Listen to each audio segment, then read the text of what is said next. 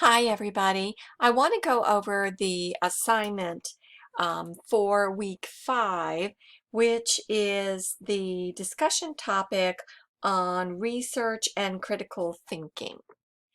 So there will be a link in the week 5 announcement, but you can also go to content, go into unit 2, and go to the assignment details.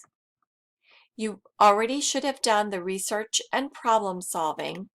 And so for week 5, you're going to do research and critical thinking. You actually want to do your English 101 assignment where you do your source evaluation, which is also in week 5, and then do this discussion topic after you've done that or after you've been involved in that. So what you're going to do in the discussion topic here in English 11 is to think about a topic and discuss how you locate sources and evaluate them based on what we call the CRAP test.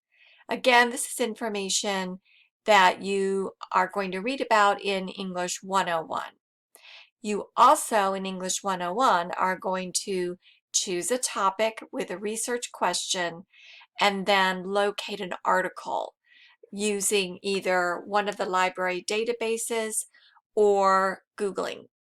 So that experience should be done first, and then you can answer these questions.